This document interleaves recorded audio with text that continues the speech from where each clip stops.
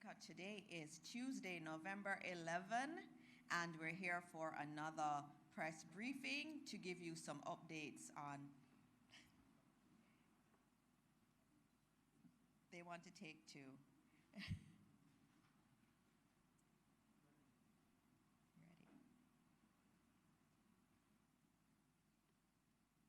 Good morning, Jamaica. It is Tuesday, November 11, and we're here to give you more updates in relation to Hurricane Melissa and the relief and recovery effort that is underway.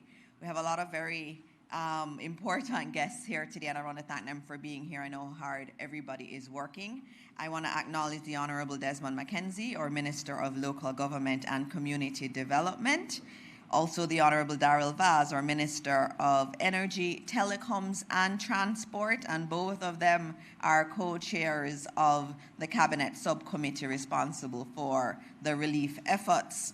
I want to acknowledge permanent secretaries, in particular my permanent secretary, Dr. Kassan Troop, Commander Alvin Gale, Director General of the ODPEM, Mr. Jerome Palmer, Chief Executive Officer of the Toll Authority, and we also have some reps from the North-South Highway team, all other members of staff from various government entities. We have some representatives from our hard-working utility agencies, and we have JPS here with us, represented by their leader and President Hugh Grant, who you all know already if you watch these press conferences. We also have from Flow, Stephen Price, and we also have from Digicel, Stephen Murad, and they're doing such tremendous work. It's so good to have them here and to be able to tell them thank you in person. All the members of the media who are here, everybody who is watching, good morning again. I have some updates that I'll go through at the top.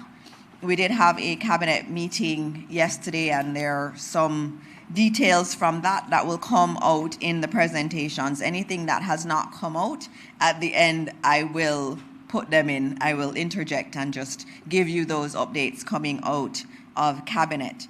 But in terms of some of the updates that I know individuals have asked about, in terms of donors, just note over 170 donors are registered on the relief portal. That's a lot of donors. So there are a lot of small ones. I know there are a lot of them that you see in the media and you see them on social media. Those are the big ones. But there are 170 of them that have registered and have brought in things into the country and have been supported by the government of Jamaica, whether it is through ODPEM, the Civil Aviation Authority in terms of getting the planes landing rights, and other government entities that may be working with them, including the Ministry of Foreign Affairs. So that's 170 registered donors to Jamaica. In addition to that, we have 40 bilateral partners. That means 40 countries have provided aid to Jamaica. And we are so grateful to every single country, every bilateral partner. And the Ministry of Foreign Affairs and Foreign Trade has been doing a tremendous job coordinating all of that. 31 of them have already sent through their contributions. The other ones we're working to expedite those contributions. In addition to that, I know one of the questions we have is in terms of education.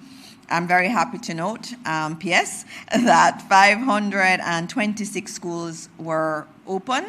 That's a very significant number. We're very grateful for that. And we also know that many of the teachers and other members of staff, they have difficulties at home in many instances and even with their families, but they're still making the effort to come out, and we are so grateful to them, and we thank them for all their efforts in working to get schools back. And those that aren't open, I know there's so many principals who are WhatsApping me about what they're doing, and they're working really hard to get back school, to get our schools open. And so we thank them for all of those efforts in spite of everything that is happening.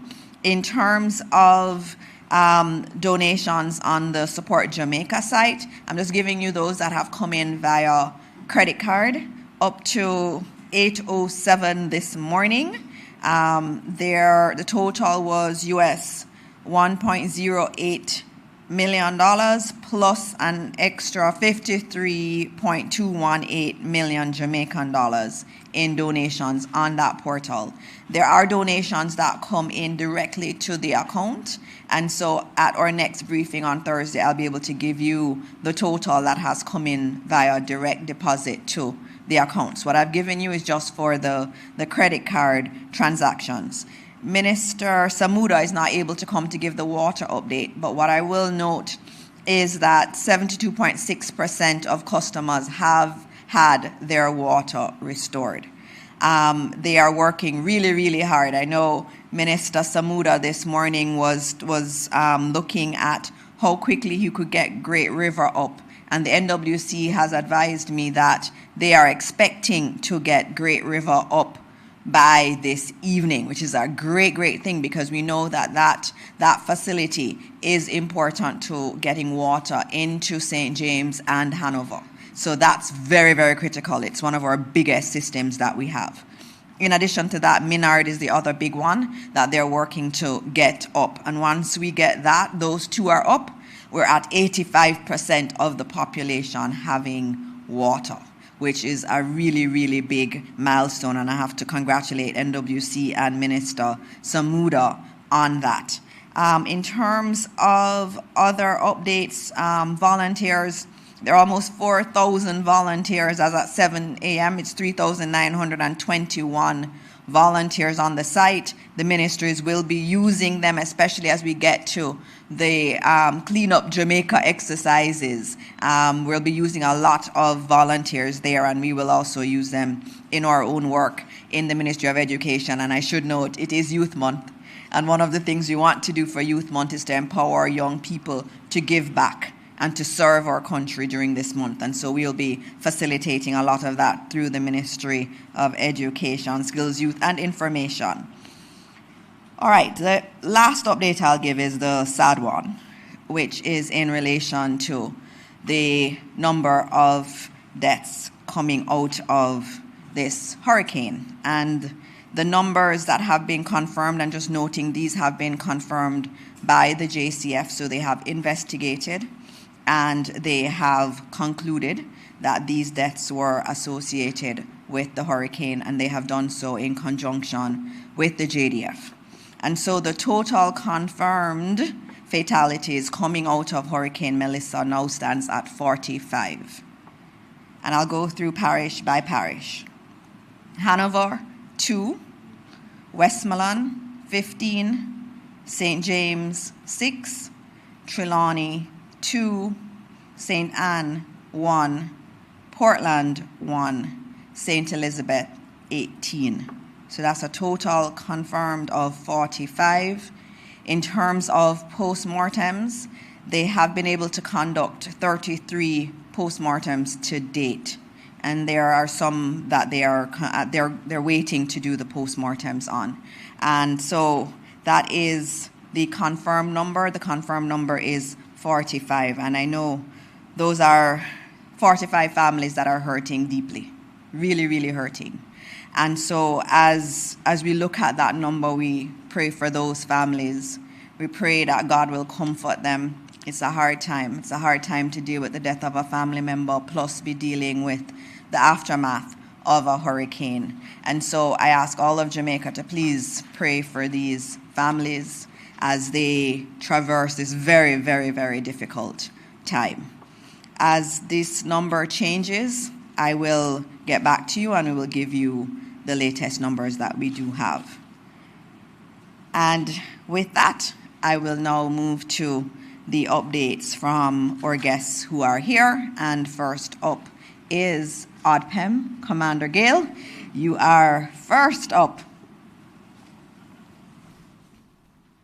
Good morning, ministers, PS, colleagues from government agencies and partner agencies. Morning to the media and morning to Jamaica.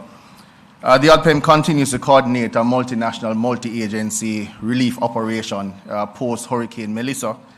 And pardon me if I run through or skip over some of the things Minister already mentioned. But first and foremost, as usual, I want us to remember and hold dear the families of the 45 who have passed. we will remember them. 15 persons have been reported missing. The JCF continues their process of verification through a series of welfare checks. More than 130 buildings have sustained some level of damage, ranging from partial roof loss to complete collapse, while some 30,000 households have been displaced. Just over 182 communities have been officially recorded as having sustained damage, primarily in Western Jamaica, bearing the brunt of the impacts. Currently, some 88 shelters remain open, with across 9 parishes, with just over 1,100 persons remaining in these shelters. While some persons have remained home, many continue to rely on the shelters as we work to restore access and provide restoration to damaged homes. I'm happy to report, however, that we are in touch with more than 90% of the shelters in Western Jamaica. In terms of community access, there are currently 2 communities which we have classified as marooned. To be clear, maroon communities refer only to communities that are completely cut off and solely accessible by air, where no road, be it double or single access, is available. These communities can only be reached by air. The 2 communities this morning are Petersville in Westmoreland and Duckets in St. James. The 2 maroon communities did receive drops yesterday, and they must also do 2 other helicopter lifts into those communities. A rising water still continues to affect the communities of Content District, Comfort and Evergreen in Manchester, and Brighton in St. Elizabeth. Today, we'll also commence publishing the list of maroon communities and also priority communities. The ODPEM will commence publishing also planned relief supplies, such that across the nation our national efforts can be synchronized. I'll pause here just to indicate some weather details as we move into the middle of this week. The current weather forecast is for periods of showers and isolated thunderstorms to affect primarily sections of northern parishes beginning this afternoon and continuing to Thursday morning. Isolated showers and thunderstorms are likely across southwestern parishes during this time. Additionally, gusty winds expected across northern parishes on Tuesday and Wednesday. The key messages here being that while significant rainfall is not expected, ongoing relief operations, particularly in the northern parishes, could be hampered by intermittent showers and thunderstorms through Thursday. These showers and thunderstorms may be heavy at times. Wind impacts may also impact the relief efforts. Weather conditions are forecasted to improve significantly through the course of Friday, with fair to partly conditions expected. In terms of critical services, the JPS is on board now. They will report. The National Water Commission measures, as announced before, just over 72% of customers are back with water. As at last evening at 10 p.m., some 34 roadways remain completely blocked, and the NWA continues to work to bring access to these roadways. Our 2 major telecom providers are well in excess of 50% of their restoration efforts, our persons back in mobile service. Relief and logistics matters. To date, over 80,000 care packages have been delivered through the national system, just over 500,000 meals. Since our last press briefing, just about 190 flight hours have been utilized to deliver just over 60 relief supply drops, and we will continue to press hard on this effort. The ODPEM continues to direct and coordinate efforts among government agencies, local authorities, the private sector, and international partners to ensure that the aid is equitably distributed in an efficiently coordinated process, thereby preventing wastage, leakage, or diversion. The development of a disaster relief inventory management system is in the final phase of testing, and we expect it to roll out across all our warehouses this week. This will aid in our accountability framework. To date, locally and overseas combined, just over 14,000 donors have inputted cash through our systems, with just over $400 million in those systems. The ODPEM, on behalf of the government of Jamaica, has also received into our stores just over $500 million worth of aid, with an over 80% rate of distribution for the relief items. As we move into the restoration phase or the recovery phase, we'll be pushing out more items from that package. We've also received some significant support from our partner nations and organizations I will refrain from listing them all here. The partnerships have generally provided aircraft services, field hospitals, food aid, mapping aid, search and rescue services, operational and logistic support, all of which are critical to the current relief efforts. In closing, I'll indicate that the past 2 weeks have tested our strength, resolve, but our unity and our discipline and compassion has carried us through. The ODPEM remains fully operational and is unwavering in its commitment to lead Jamaica's disaster recovery efforts. As we move forward, let us continue to support each other, stay informed to the official channels, and remain steadfast in our collective efforts to rebuild Jamaica. Thank you, and may God bless Jamaica. Thank you very much, Commander. I see you've completely taken charge of your role, and it's so good to see. Just noting that there are some persons online who are asking about how they can get relief goods to ODPEM or to those who need it. Remember that ODPEM will collect. ODPEM can collect. And if you go on the Support Jamaica site, it does have the list of local drop-off locations. So if you have things that you want to get to those who have been affected, you can do so by using one of the drop-off points that ODPEM has authorized to collect. And those are all listed on supportjamaica.gov.jm. And up next, we have a very, very hardworking minister, Minister Vaz. It's your turn to give your updates. Thank you very much. Good morning to everybody, colleague ministers, permanent secretaries, special invited guests. So first of all, on behalf of the government of Jamaica, I want to extend deepest condolences to the family of the father and daughter who tragically lost their lives in the plane crash yesterday in Florida. The aircraft was bound for Jamaica on a hurricane relief mission. Mr. Alexander Worm was known for his unwavering kindness and his lifelong dedication to serving others, and he has been providing aid to Jamaica since the relief efforts began. My understanding is that he resides in Cayman and is well known by the Jamaican community in Cayman and has always been one who gives and gives and gives. So again, I want to say our thoughts and prayers are with their family and friends during this difficult time.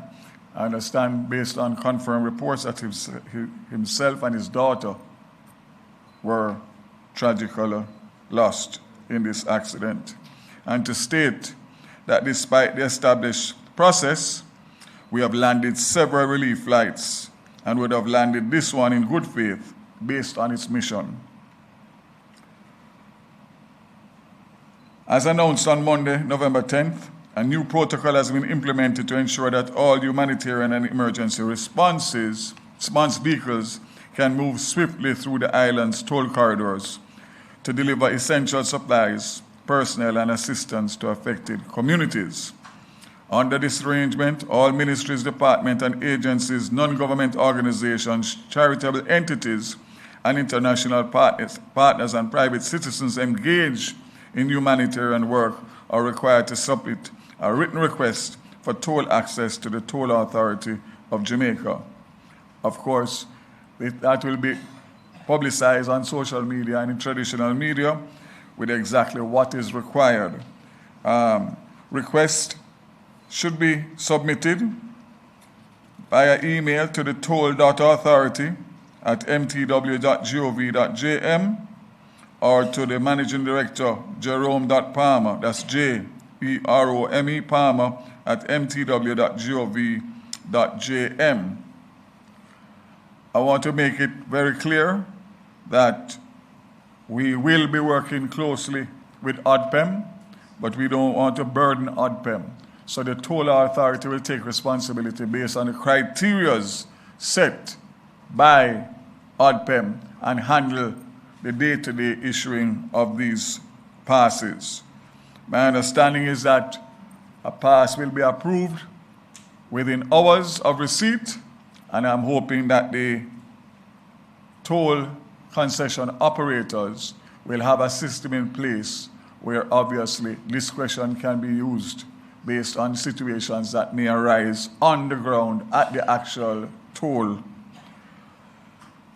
So again, once approved by the toll authority, a letter of authorization granting toll-free access will be presented by drivers at the toll plazas for verification.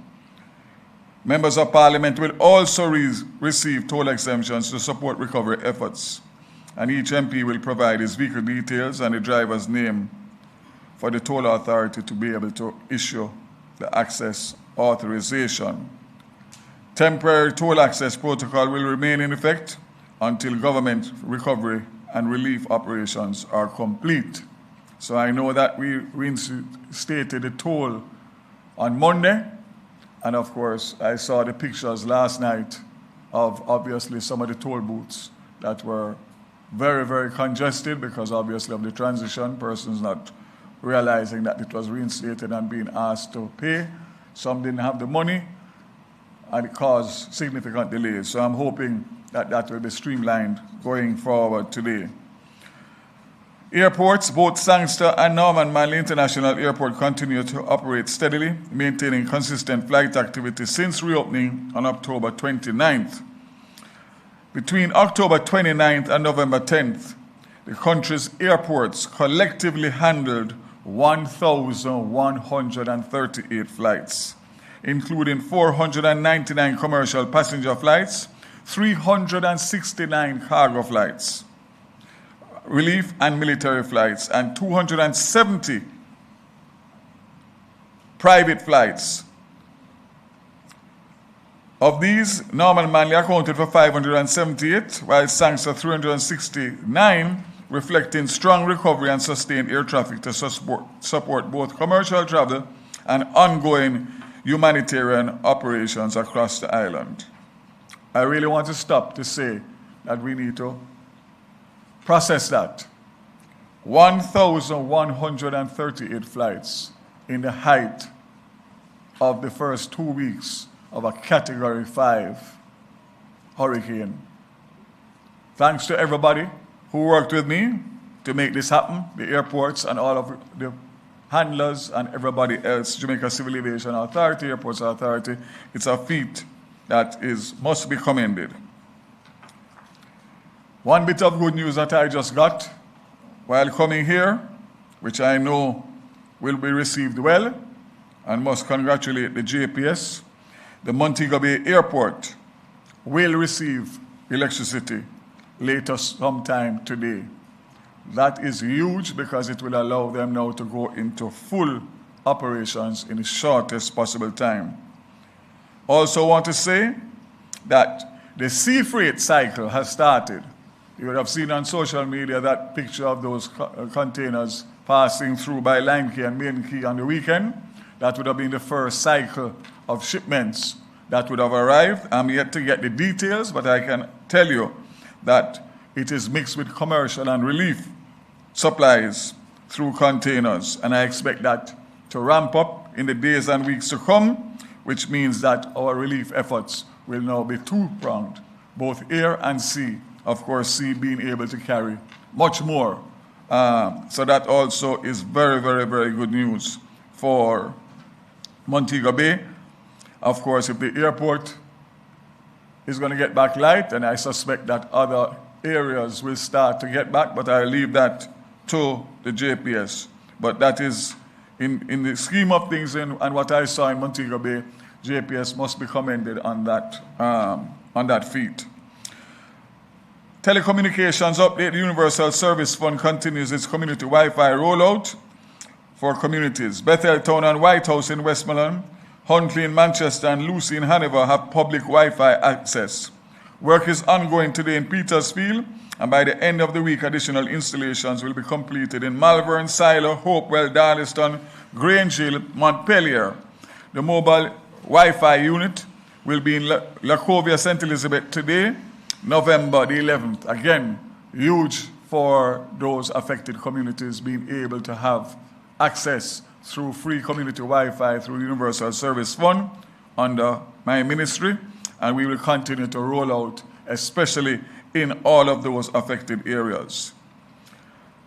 Today, November 11th, Starlink satellite units are being distributed to the Jamaica Defense Force, JCF, Disaster Preparedness and Emergency Management, Jamaica Fire Brigade, and the Ministry of Health and Wellness to support ongoing operations. The kits will enhance communication, strengthen logistical coordination, and accelerate the national response in affected areas.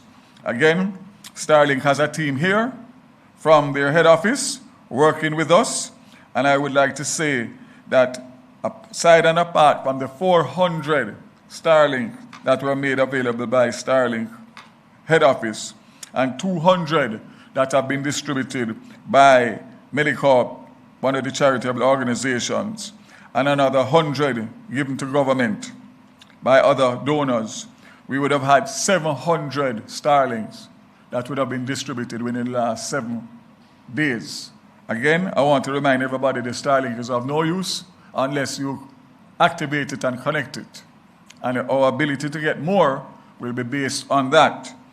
Also happy to say that I found a local supplier who has 250 to 350 Starlink in stock in Jamaica, which we'll be moving to acquire so that we can roll out the full apparatus of Starlink that is required for all essential governments and NGOs that are working in this area.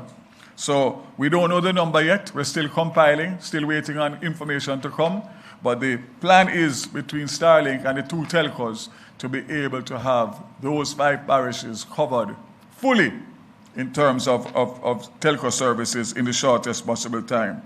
Flow reports as of November 10th operating at 87% of pre-hurricane levels.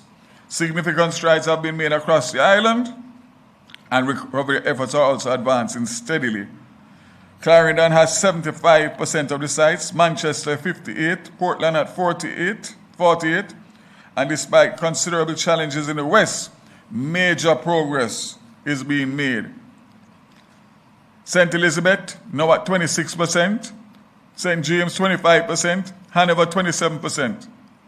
Overall customer connectivity is currently 49%, with 73% of Flow's fixed network facilities back online. Digicel has restored 57% of its mobile network. The fixed and business networks are performing even better at 89% and 75% restoration. Work continues in Hanover, Trelawney, and Negril with ongoing microwave link realignment to stabilize service in these areas. Again, Flow and Digicel working hard to make sure that they get connectivity, and I'm working with them to get some additional spectrum so that they can even improve their service during this time. Energy update, fuel supply. Very happy to say that most gas stations are almost fully back up in terms of the areas. There's 1 or 2 sites in Montego Bay that are still not up, but fuel distribution continues to improve, which is very important, obviously, for the recovery effort. Massive distribution networks remain stable, and they can confirm a new cargo arrival today, November 10th, which will further strengthen supplies. Also, I've gotten a number of requests for permission for temporary gas stations, which are being processed, which will be able to fulfill the demand in areas where there's no fuel service. And those will have also marine fuel for some of the fishing beaches that are back up in terms of ability to go out to sea. Petrojam repairs continue at Montego Bay Terminal, and partial operations are expected by the end of this week, with full restoration within 2 weeks. Importantly, fuel supply remains at healthy levels between 2 and 3 weeks of storage, and over 20 million liters of aviation fuel are currently in stock. All aviation fuel deliveries are ongoing from the Kingston Terminal, which opens from 3 a.m. to 7 p.m. daily. So we are good to go there. JPS is here, so I'll give them their opportunity. But just to say that as of November 10th, 61% of JPS customers have power restored. The OTRS Pier and parts of the town center and the St. Anne's Bay Hospital and Fire Station are back on the grid, which is huge. So in closing, across every area, from fuel to power, communication to transport, the story is the same: steady, determined progress. The government continues to work hand in hand with our private partners, the utility companies, the telecos and emergency teams to restore full service across the island as quickly and safely as possible. We ask for the public's continued patience and cooperation every day as we are getting closer and closer to normalcy in these areas. I want to say what I've noticed, especially over the last 11, 12 days. The Jamaican spirit is alive and well. And I ask every Jamaican here and in the diaspora to continue to do your part, no matter how small it is, in the days, weeks, and months to come. Because with your help, the government of Jamaica will be supported in this huge task of relief and recovery for Jamaica after the passage of Hurricane Melissa, a Category 5 storm hurricane. So again, it is not unnoticed. And the fact of the matter is, it is what is helping us to be able to do what we are doing. May God continue to bless Jamaica. God.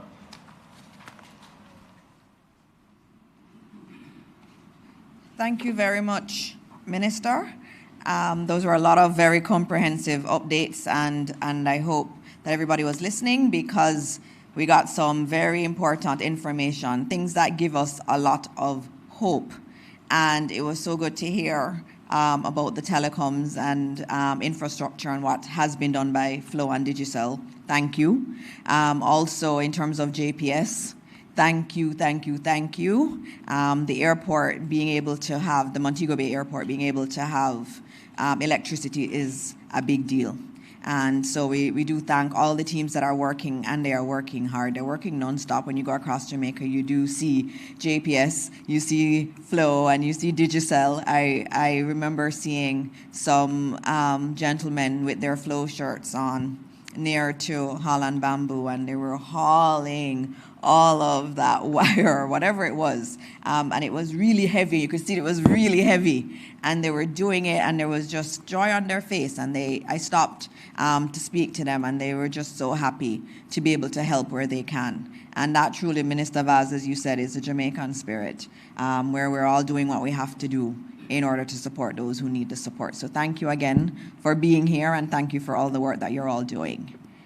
We are going to now hear from Minister Mackenzie, the co-chair of the committee that has been established by the Prime Minister. And he looks so handsome today. Good morning, Minister. Morning, Minister. Morning, Minister Vaz. Morning, ladies and gentlemen. I just want to start off commenting on the aspect of the shelters, and to just also speak quickly to the fact that in the daily newspapers and in the media, specific reference has been made to a number of shelters, especially in Westmoreland, about the lack of basic needs, supplies, and lack of security.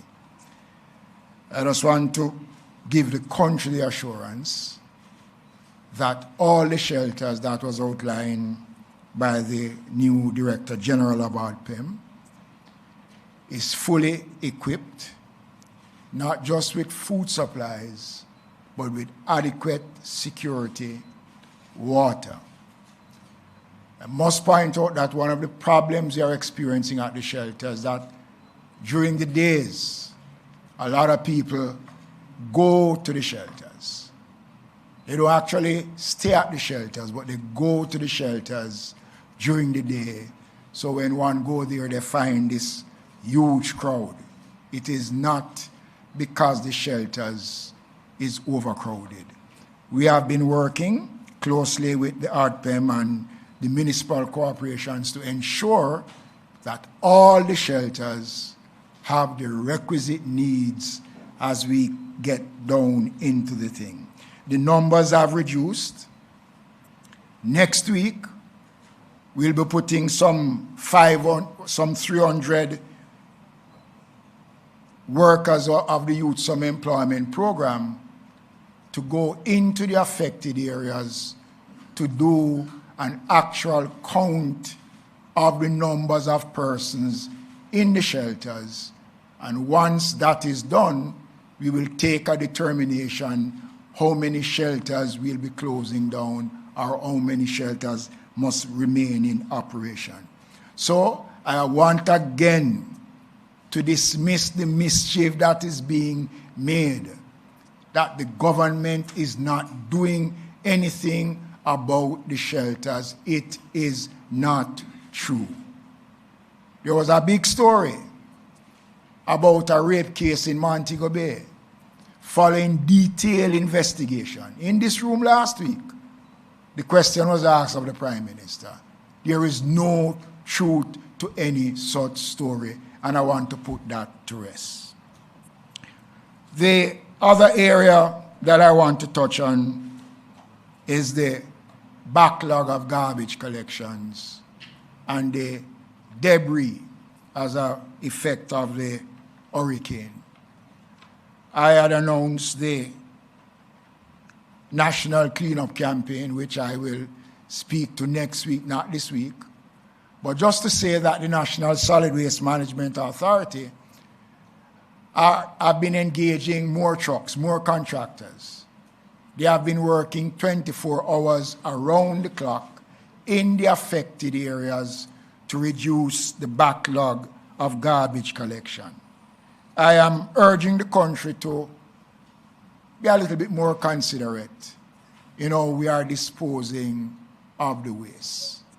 A lot of people now is doing spring cleaning. It's coming now to Christmas. So it's not only debris from Melissa we're seeing, whole fridge mattresses, everybody throwing them out now. And it is going to be taking some time. I can only say to the country, and Mr. Gordon have said so, we are asking for some patience, some level of consideration. They are working, and I also want to make the point that based on the number of trucks going to our landfills, it is difficult for a truck to make 2 trips a day. The lines are extremely long. So we are urging patience as we continue to improve on that area. On the weekend, I was in Falmouth, and I must tell you that the issues in Falmouth are real. The municipal corporation have commenced work yesterday to clean up the market so that the vendors, and I notice a lot of commercial activities in Falmouth, which is very good, despite the fact that they have no electricity there, but a lot of Jamaicans have risen to the occasion and has found means and ways of having commercial activities taking place in Falmouth. And so the instructions have been given to the municipal corporation to commence a comprehensive cleanup of the town of Falmouth. They have started, and since yesterday they have started to clean out the Falmouth market. And once that is done, the vendors who are on the streets will be allowed to go in using the car park of the market to ply their trade. And I want to make this point. There has been no increase in fees for any services offered by the municipal corporation by me as minister. No such authorization has been given. So there is no increase in market fees. None of the services that is offered by the municipal corporation have seen any increase in fees. As a matter of fact, the vendors in Falmouth will be allowed to occupy the market without paying any market fees at this time. So I want to make it clear that we are not in the mood of increasing fees. So anybody who goes to the market and is asked to pay a market fee, It's an AI, not me. It's not real. And I want to make that point because it is very, very important, and I don't want people to exploit the situation. The government has not authorized any increase in any of the services for fees charged by the municipal corporation. The purpose of the exercise of the YSEP workers, as I said before, is to collect the data, to give ourselves a better opportunity to do the assessment that is needed. The ADPEM, the Ministry of Labor and Social Security, and the local authorities have a vested interest in ensuring that the numbers of persons that we are providing for are the genuine people that really needs the relief supplies. Once we would have concluded that, we'll be moving to another stage, working again collectively across government to start to do the assessment on damage that has been done to homes and properties across the country. Some of that have already started by the Ministry of Labor, working with ADPEM and the municipal corporations, but in the parishes that have been affected mostly, those assessments has not commenced as yet because of the real concerns in those areas. Final point I want to touch is St. James, Montego Bay. I will be meeting shortly with all the mayors from across the country to look at the state of local government and its resources. I want to say to the country that the local authorities have been severely hampered by Melissa's passage through Jamaica. When I saw the infirmary in Falmouth, tears came to my eyes. There is no way that that infirmary can go back to that location. And I'm going to be engaging Minister Grange because Falmouth is protected under the National Heritage Trust and a lot of the buildings in Falmouth. But we have to come to the realization that Melissa has given us a different light on how we operate. The fire station was devastated by Melissa. And so, in terms of going forward, those discussions have to commence because we cannot. I spoke with Minister Tufton yesterday. Adjacent to the shelter is a facility that houses social cases in the hospitals. Over 50 of those patients have to be removed. They cannot go back to that location. So I am urging persons, those who have relatives who you can afford to take, please to take them, because it is just not possible to house people in those facilities. One of the infirmaries operating from a school. We are now looking to use the same approach to the field hospital as a means of relocating that infirmary when the time comes. I want to echo Minister Vaz's sentiments by saying that the government is working. There's no denying that we are doing the right things. We are listening. There are a lot of Jamaicans out there who are joining, but the country must understand that this is going to take time, going to take effort. It is going to take cooperation. And the last thing I want to say, I have to be controversial. We don't need the politics into the relief supply program.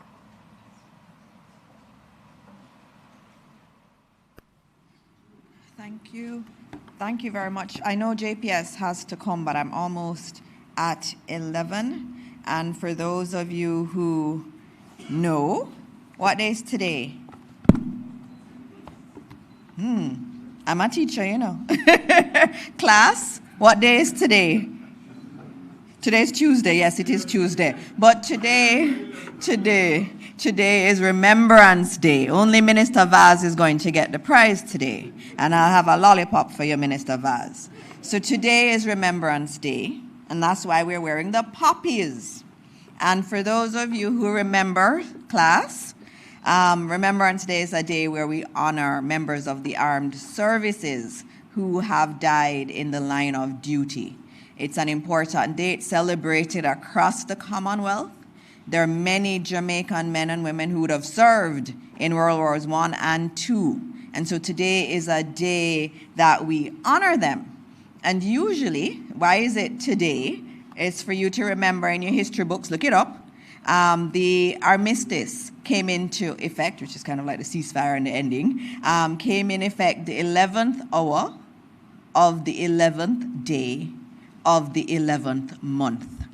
All right? So that was World War I. That was when it came into effect. And so every year at 11 a.m. on November 11, we offer a minute of silence. And that's why I didn't bring JPS up yet, because we're almost at 11 a.m. for us to do that. And it's very important that we do remember the role that we have played in very important wars like World War I and World War II.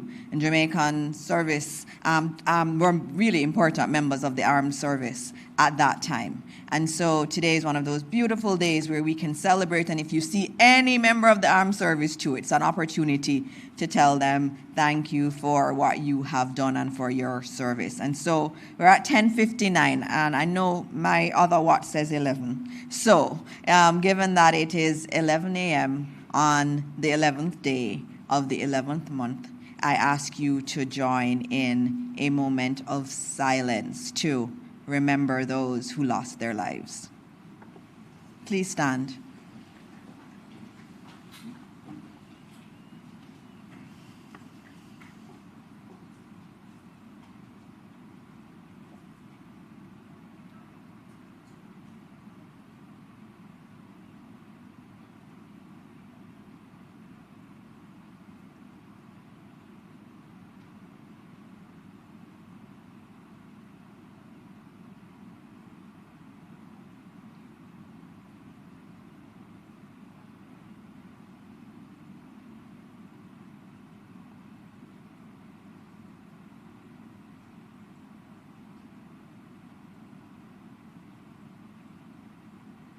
Thank you, everyone. And now you can get your JPS update. Hugh Grant, sorry for the delay, but it was an important one.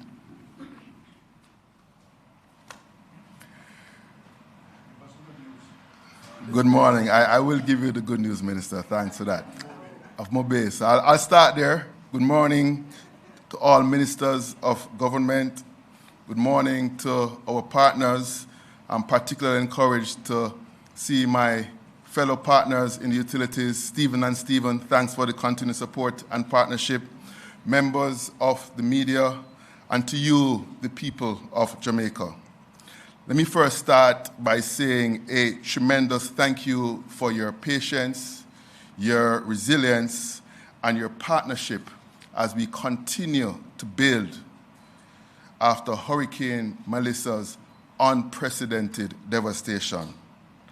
I'm going to go right to the good news as the minister requested. Right as the minister was sharing that the Sangster Airport in Montego Bay is expected to be restored to service today, the good news is Sangster Airport has been restored to service. And a tremendous thanks to all who helped to make that happen.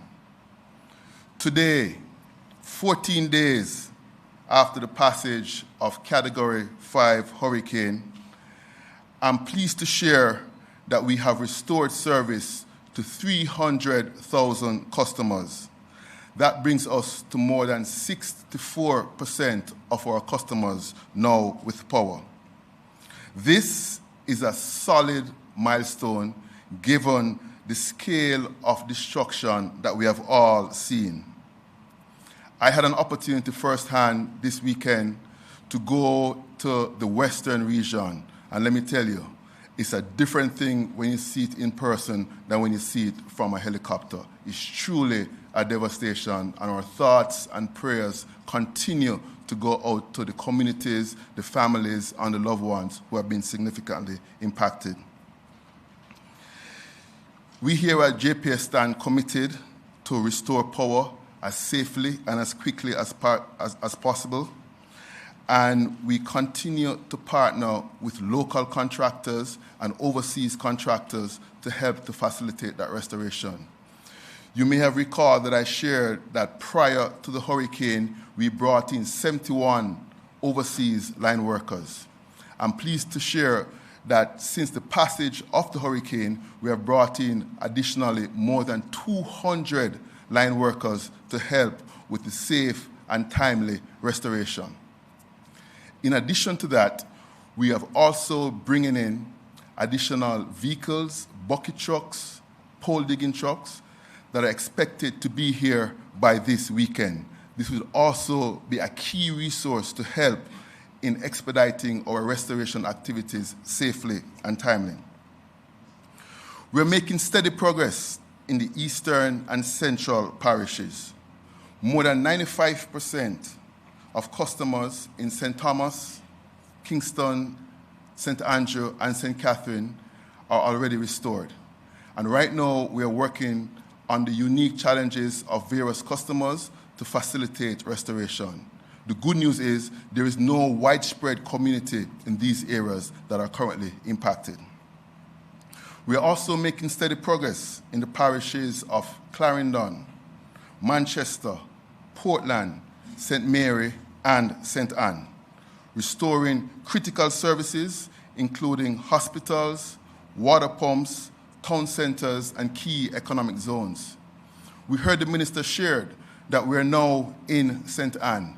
We were able to restore power to St. Anne's Bay Hospital. We were able to restore power to Ocherius Pier, to Duns River, to Ocherius Town, and also to the infirmary in Prairie. This strategic restoration is not by chance, it's intentional and aligns with our overall restoration strategy. Now, attacking the hardest hit areas in the western Jamaica is a challenge, however, we're on it. Because of the extent of the devastation in the western parishes, this is much more than repair and restore. It's a redesign and rebuild of our facilities. We have seen whereby landslides have caused poles and other infrastructure to be significantly damaged, and frankly, we have to now reroute some of our facilities and redesign to facilitate restoration. The good news is we're making progress. Our strategy is to first restore critical services like hospitals and water pumps and town centers in these key economic zones. Within the next 2 weeks, power will be in Hanover and Westmoreland. I heard Minister Mackenzie refer to what he's seen in Falmouth and Trelawney. Minister Mackenzie, this week, power will be in Trelawney. We will have power in Falmouth Town, Falmouth Hospital, and also the pier, whereby we're supporting the return of cruise ships to that particular pier. We are already in the parish of St. Elizabeth, having restored Junction and Southfield and some nearby communities. We did this by doing some creative things on the distribution system to facilitate St. Elizabeth being supplied from Manchester. There is, however, a limitation to that, as we have built out in St. Elizabeth to a stage now whereby to go further, we would need the critical high voltage transmission to be restored. That has been significantly damaged. However, we continue to work that. We are already in St. James, as you heard mentioned. Service was restored earlier this week to Cornwall Regional Hospital. We have also restored some significant NWC pumps in the parish of St. James. The Catherine Mount and the Reading NWC pumps are now in service. We have also restored the Fairview Shopping Center and the Fairview community in St. James, so those people now are seeing the light. As of today, we heard whereby we restored the airport. The good news is also, by the end of today, we restore power to the Freeport in St. James, bringing power to the BPOs and stimulating the economic activity in that particular parish. Thank you, Minister. Another good news to share. Since we have been here this morning, power has also been restored to the hip strip in St. James.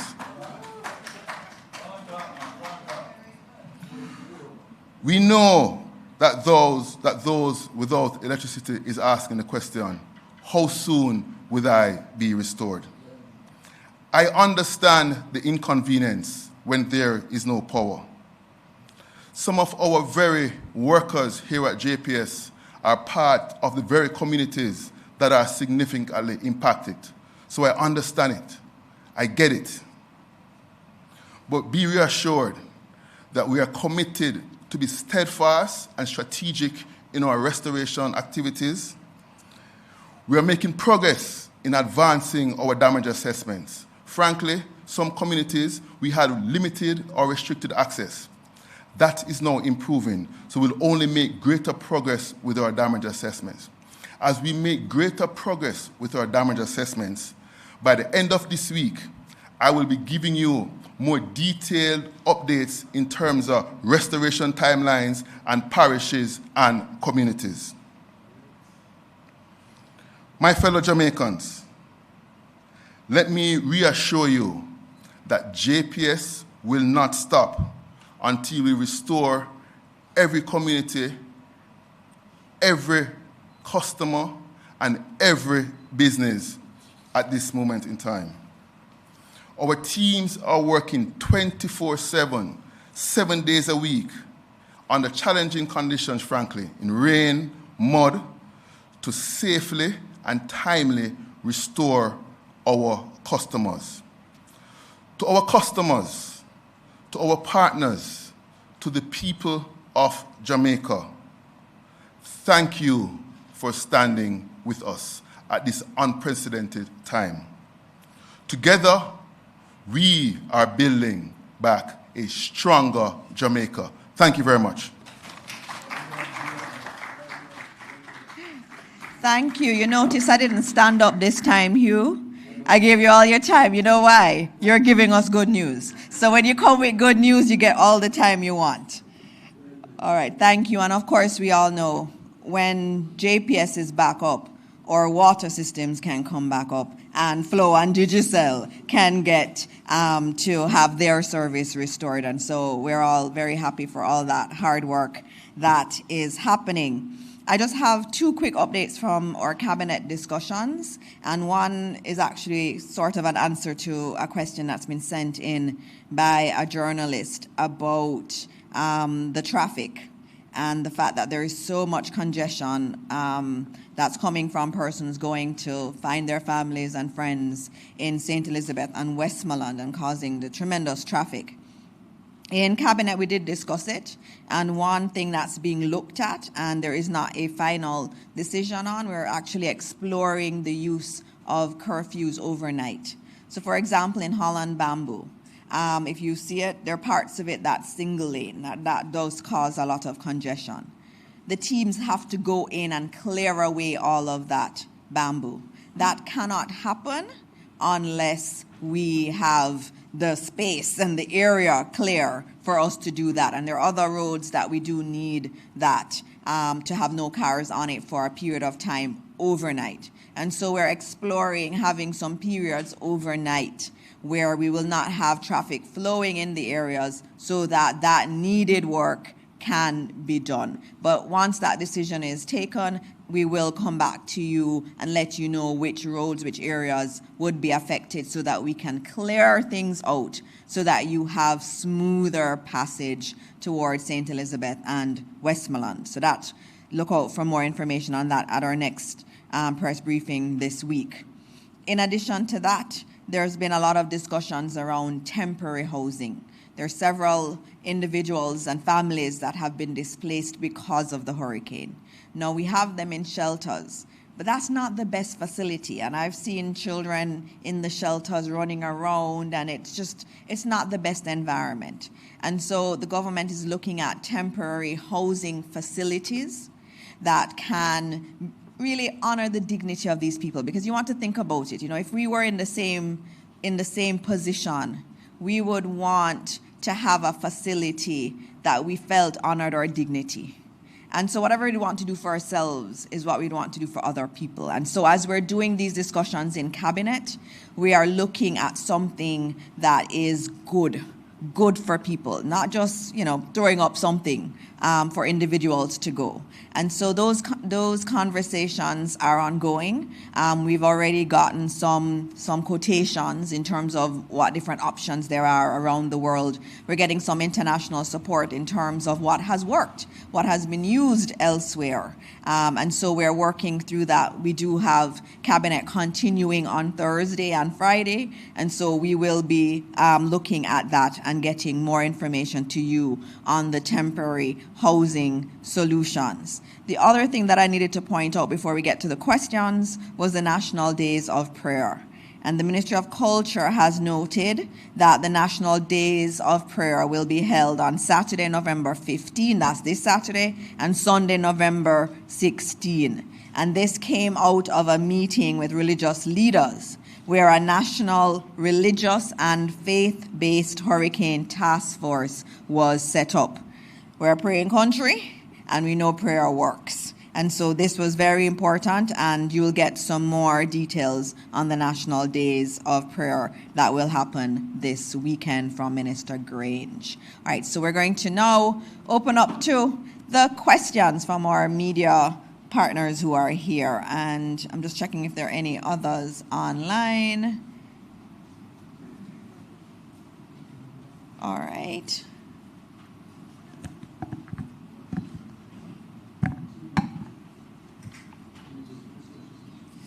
Morning, Dion Jackson, PBCJ. First question, we heard the death toll and the missing. Is there any estimate, though, of how many other deaths are being investigated to ascertain whether or not they're connected to the hurricane? Also, there's been a suggestion to pass purpose-built legislation to frame the recovery effort. Is Cabinet giving any consideration to that? Third, continuing to ask about the Independent Oversight Committee. Last press conference, you told me Cabinet was continuing to talk about it. Mm-hmm. And my final question for now has to do with proactive disclosure. Why isn't there some kind of mechanism via online, website, whatever, to give real-time information in terms of the recovery effort? Money coming in, for instance, expenditure, things like shelters, recovery drops, relief drops, I beg your pardon, all that kind of information. JPS, NWC, all of that could be wrapped in so that anyone can access the information, as opposed to this very tightly curated way of delivering information via the press conferences that's happening now. And for clarity, I'm not saying don't have the press conferences. I'm saying in addition to. Yeah. All right. Those were several questions. I don't think I got all of them written down. But in terms of the oversight body, there is going to be an oversight body, and I should let you know that yesterday in Cabinet, we were looking at the overarching governance framework, looking at what has happened globally. So our international partners were there with us, including the World Bank, looking at what has worked globally, because one of the things you want is to make sure that whatever we do in Jamaica, we don't have to reinvent the wheel. We had an office after Hurricane Ivan that worked. We also have what has happened overseas, and we're looking at what it could look like in Jamaica. And I think Cabinet indicatively approved a structure that has a partnership council as that main body, but we're going to be continuing to discuss it some more. So, but whatever we do, there is going to be an oversight mechanism that's made up of civil society, the opposition, and the church as a part of that oversight. In terms of proactive disclosure, I think you are correct in terms of the financial intake, and this is something that we need to note. We're very transparent in terms of Support Jamaica and what's coming in through Support Jamaica. I give those numbers when I come here. There are lots of other donations that are coming in that go directly to other donors. There's a lot of money coming to the country. We don't have sight of all of that. What we have sight of and that we're giving you is what comes into the government of Jamaica and into ODPEM. So all of that we get through ODPEM, all of that is being provided. So I've given you the credit card ones. On Thursday or Friday when we have our next press conference, you'll get the direct deposits into the account. That's what we have. And then at ODPEM also has, whenever goods are sent in care of ODPEM from any donor and it's cleared, they have that inventory management of that. But of course, a lot of goods do come in, and it's not for ODPEM's distribution. It's for Food for the Poor or GEM or one of the persons that's operating. Now, that's separate. And so we can give you everything from government, and I do agree with you that we can put some more information that's more readily available to everyone. There was something else you asked. Yeah, but just before I go on, and just to be clear though, Minister, I was also asking for broader information. So yes, and from the telecoms and so on. We've yes. been asking for ODPEM, for yes. instance. And I think Commander said he will start to give you the communities now. Online, Minister, yes. so yes. everybody can access. I asked if Cabinet is considering purpose-built legislation. Yes, we are looking at purpose-built legislation. And if you look at the recovery efforts that had happened in other countries that had anything of this magnitude, there would have been a special office set up. It would have had specific legislation towards it, looking at procurement. You know, in our jurisdiction, in this country, procurement takes forever. I mean, we're trying in the Ministry of Education to do some procurements, and they're taking years. When we're reconstructing Jamaica, it cannot take years. And so we're going to have to be very, very careful in defining what rules apply, what don't, and how we still have oversight.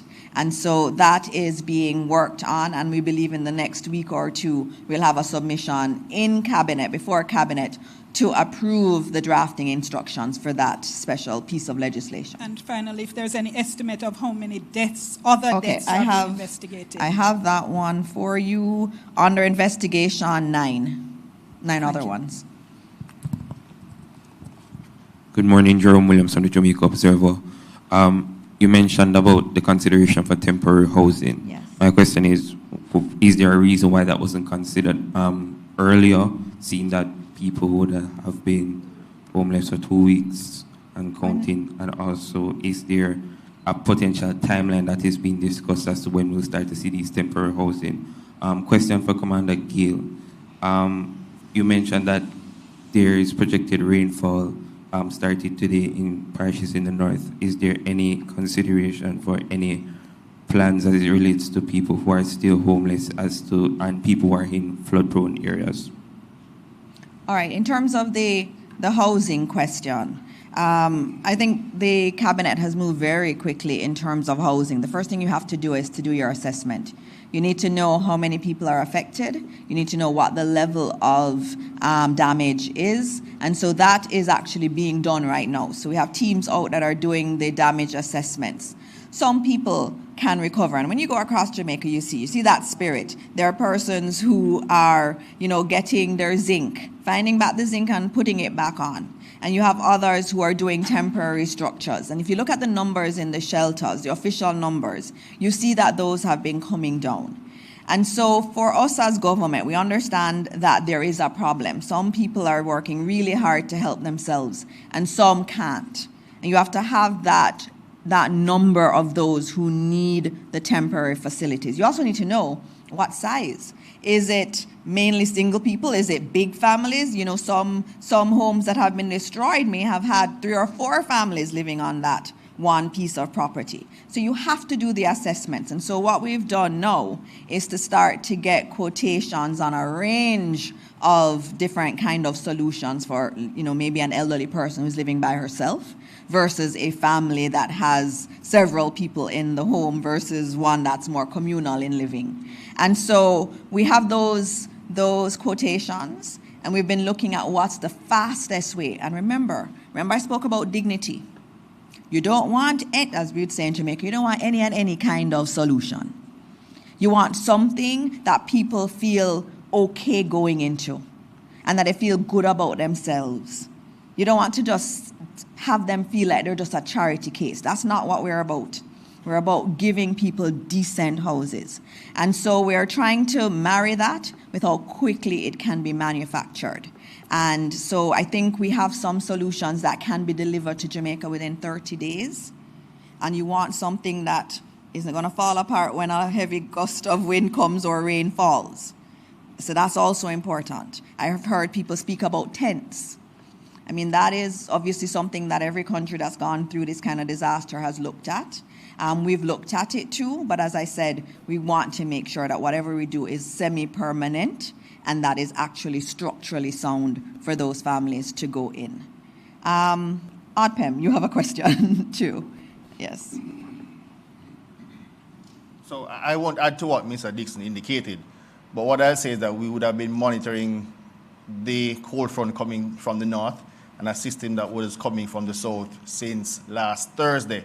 And my directions to the various NGOs and government agencies was to cause for the roughly 45,000 tarpaulins on island, as at last week Thursday, to be distributed. More than 80% of those have been distributed, particularly because we're expecting this event to occur. So immediate shelter needs, and then we move to the more long-term matters that Minister spoke of a few seconds ago.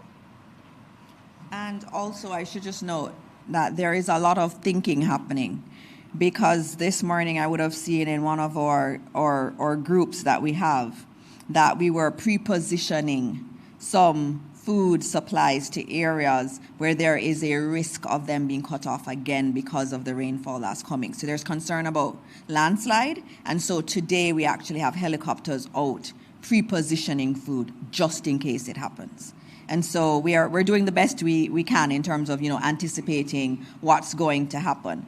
But you did mention the flooding too, and I'm going to try to get someone from one of our geology teams to come in, because the aquifers are full underground, and so there are some communities that are seeing flooding because of that.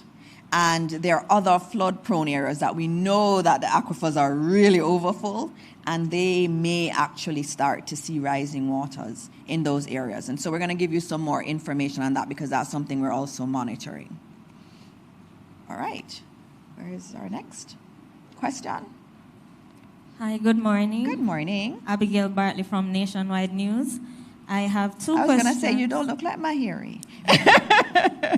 I have two questions, Sure. one for Commander Gale and one for you, Minister Morris Dixon. Yeah.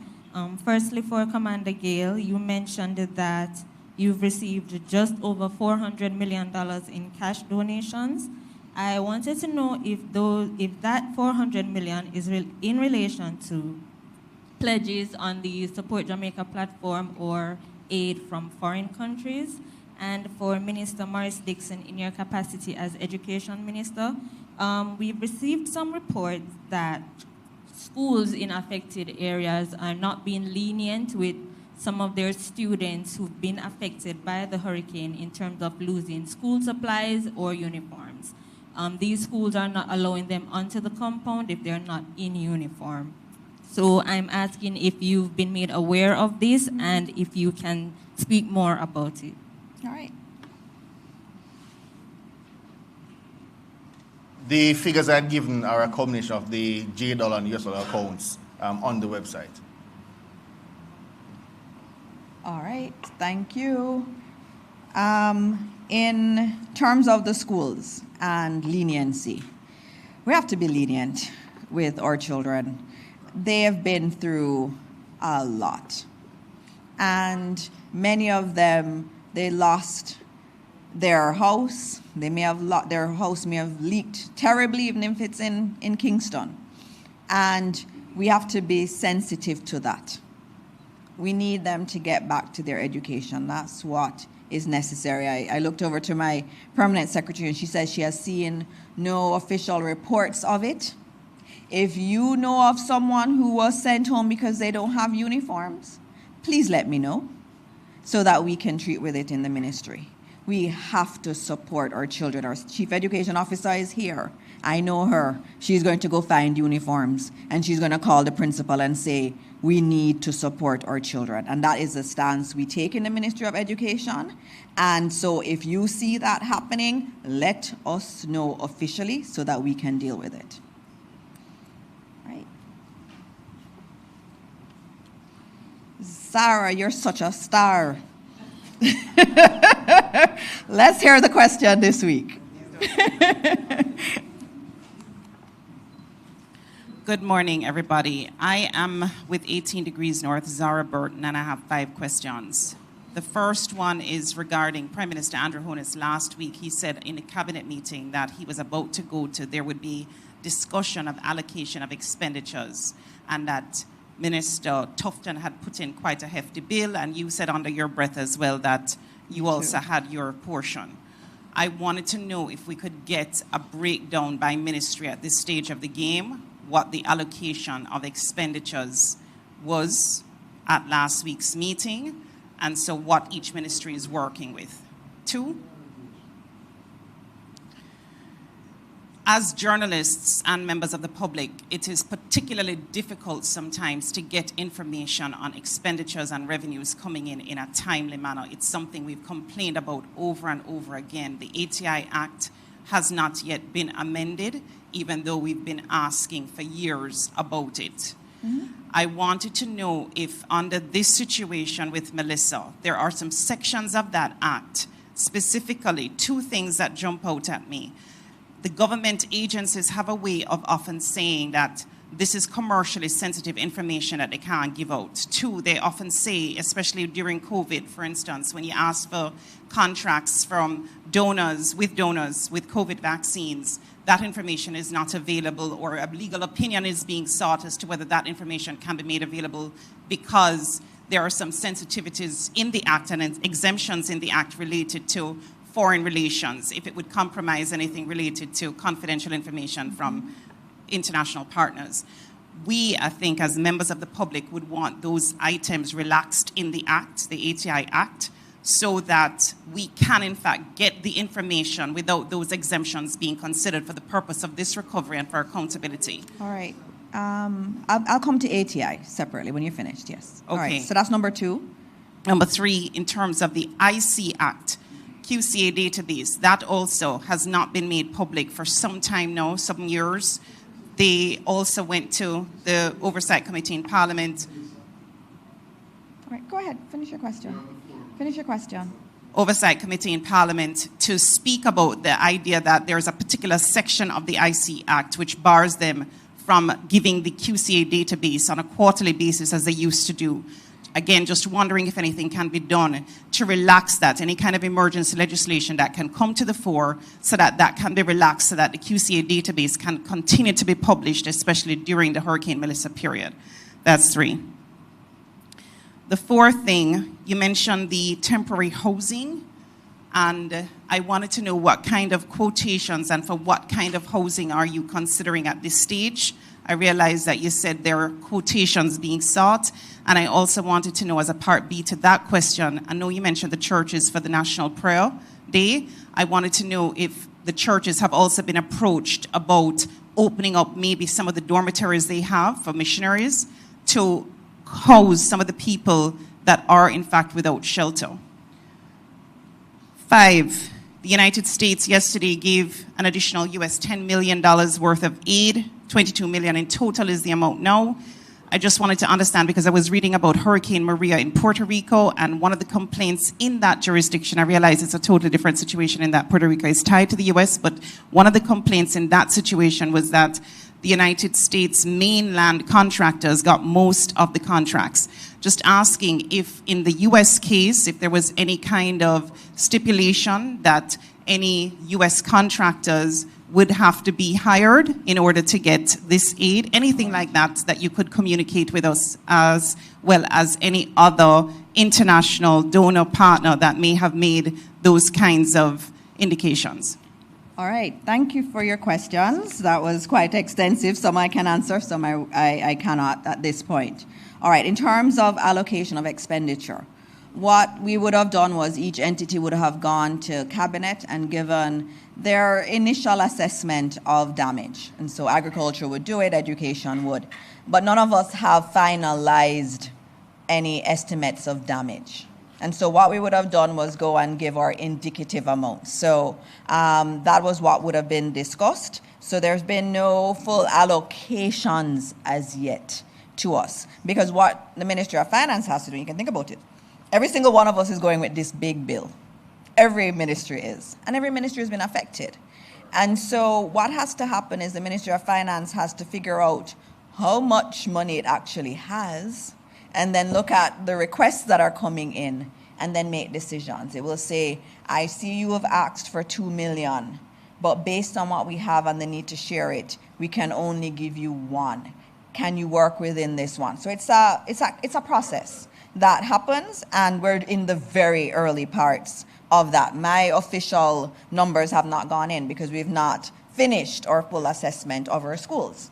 And so when that happens, it will go in. But, you know, we would have given an indicative amount. So there are no full allocations have been made yet. In terms of information on expenditure in a timely manner, you were talking about the Access to Information Act. That is something that I think we have committed to reviewing and doing a joint select committee where everybody in the media can come and make their submissions, because that piece of legislation needs to be looked at in its totality. And so that's a commitment that has already been made. And as we move past this emergency phase, I know we'll start looking at that. Can't speak to the IC Act, but I have purview over the Access to Information one, and so I speak on that one. In terms of temporary housing, we're looking at all options that are available to us. Obviously, you do your initial, you look at your initial stuff, who is out there, who has things. There are people who will call you all the time saying, look at this solution, look at that solution. We've just really been looking at it. But we're going to have some kind of procurement mechanism, because we can't just choose one, oh, we like you. That's not how things work with this administration. You have to go through a procurement process that's very open. Obviously, it's emergency rules we're using. But just because it's emergency rules doesn't mean it's a free-for-all. Emergency rules still indicate we need value for money. And so that's the way we're looking at it. And as we get more refined, we'll give you more information. Churches using their spaces as dormitories. We really encourage the church to do as much as they can. And there is a committee led by Minister Grange on that, and they're looking at how they can support more broadly.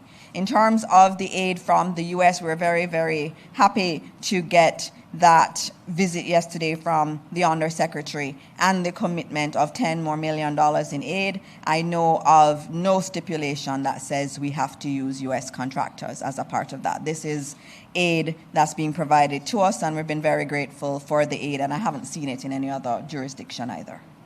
All right.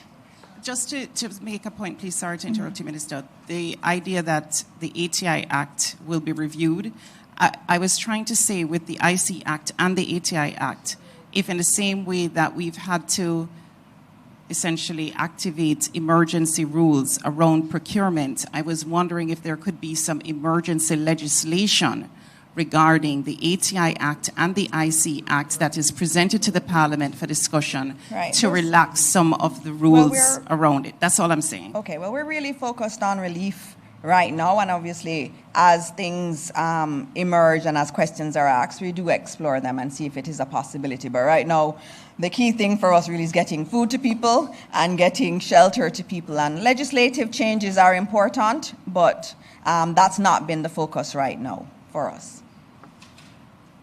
Good morning, everyone. Hello. Katie Powell, NCUFM News. I have two questions. Did you hear that? NCUFM News. Yes. It's always nice to have the non-traditional ones here with us. Yes, so this is regarding education. Sure.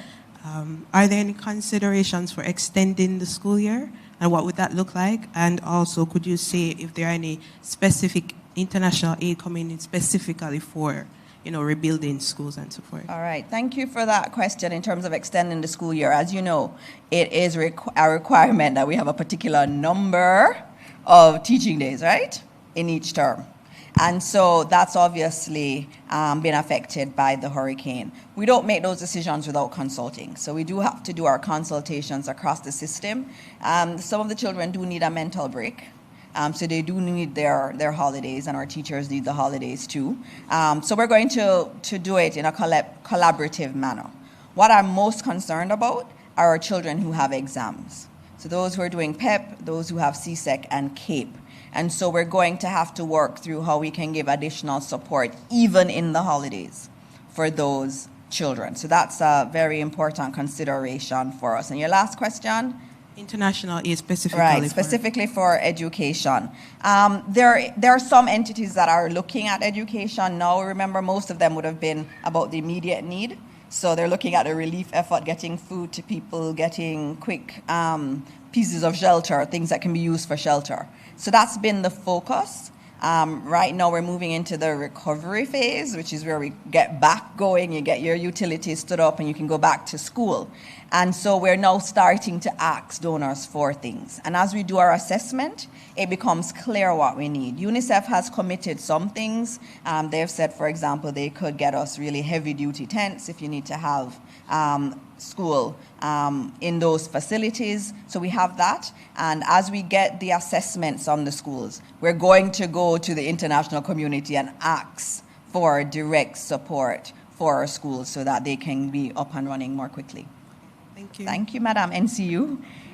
All right. I So have one more question. all right, this is the last one because we do have to last close. one from me, yes. Last one for the day. Yes. Okay. This one is for Minister Mackenzie. All right. It's just to get an update on the national cleanup campaign, when it will be launched, what it will look like. All right.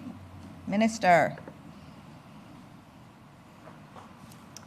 The final details of the national cleanup is being worked on. There are a number of agencies that will participate. Cabinet gave its approval yesterday, so by next week I'll be rolling out the full details of the cleanup exercise across the country.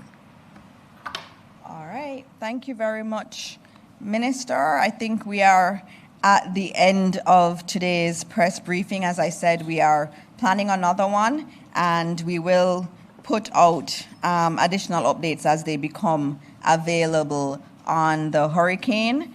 And we're expecting to do another one of these on Thursday morning. We do have cabinet that day, so we may have to shift it Friday, but we will send out the advisory early enough so that you know when the next one will be. And if you don't hear from me, there's always Senator Morgan, who is my surrogate on radio and all over and giving the information also. So we will be out there getting information to you, and I know Minister Vaz does quite a bit of that too. And so as we end again, we end always with a sense of hope.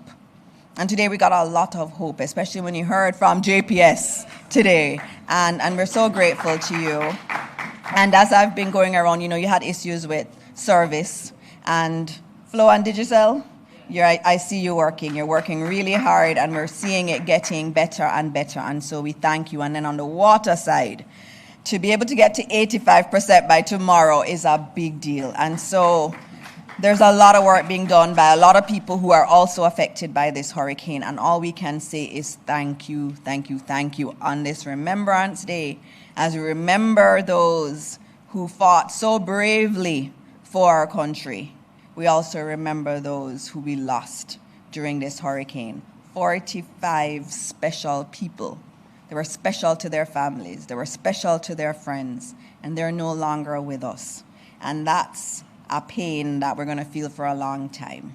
And so as we close out today, we close out by again praying for them, praying for their families, praying for all those in Jamaica that have been affected by this hurricane or who are hurting for whatever reason. We pray for them. And we ask that God will continue to bless this country, bless our utility companies to continue the work that they're doing, and bless all of the people who are doing the work to get us back up and running. And so as we close today, as always, we ask that God bless every Jamaican and God continue to bless this beautiful country that we call Jamaica, land we love. Thank you.